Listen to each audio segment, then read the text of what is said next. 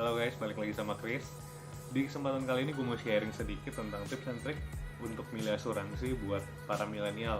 Orang-orang seumuran gue yang 20-an, 30-an, 40-an, kepleset dikit lah ya masih masuk. Tips number one, masuk semudah mungkin.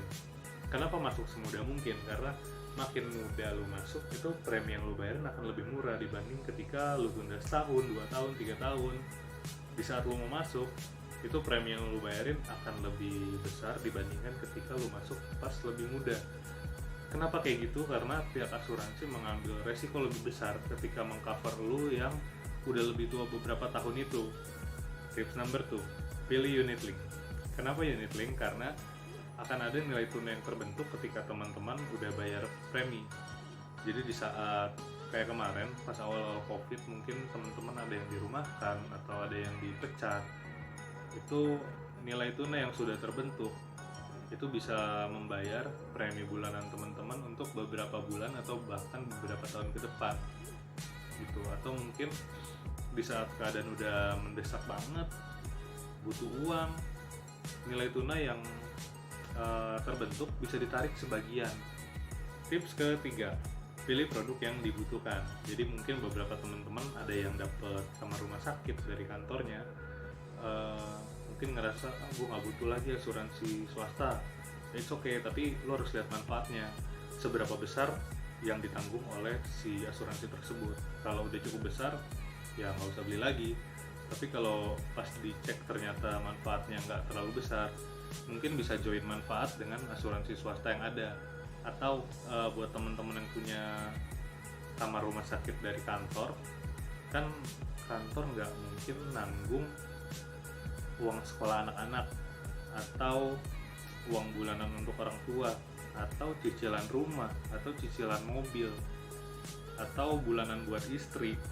Nggak mungkin kantor mau nanggung semua itu dong.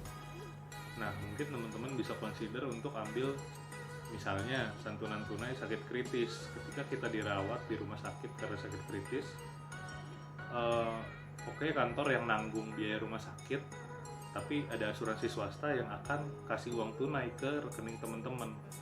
Itu bebas mau dipakai buat apa aja, buat bayar uang sekolah anak, buat bulanan orang tua, buat bulanan istri.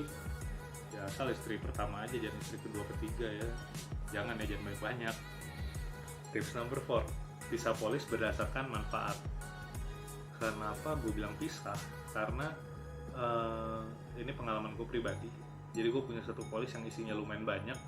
Ada santunan jiwa, santunan tunai sakit kritis, santunan tunai karena cacat tetap total karena kecelakaan, asuransi kesehatan, dan pembebasan premi. Ada beberapa manfaat dalam satu polis. Nah, contoh, kamar rumah sakit gue itu masih pakai inner limit.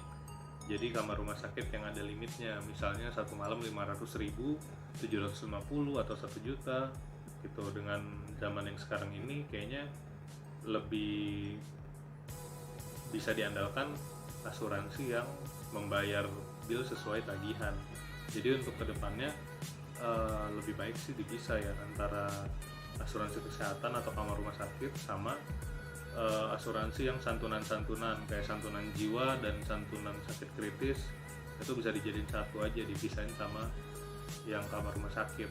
Ketika ada manfaat yang mau di-upgrade, manfaat lain nggak ikut tertutup. Tips number 5, pilih kamar rumah sakit yang cashless.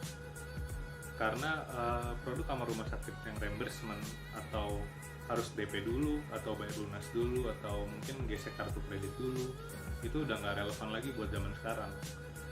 Kita ambil contoh misalnya Bapak A kecelakaan, kondisinya nggak sadar.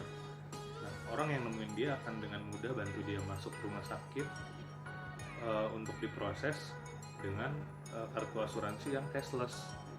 Jadi tinggal gesek bisa langsung diproses. Kalau masih sistem reimburse, harus ada orang yang lunasin dulu atau DP-in dulu.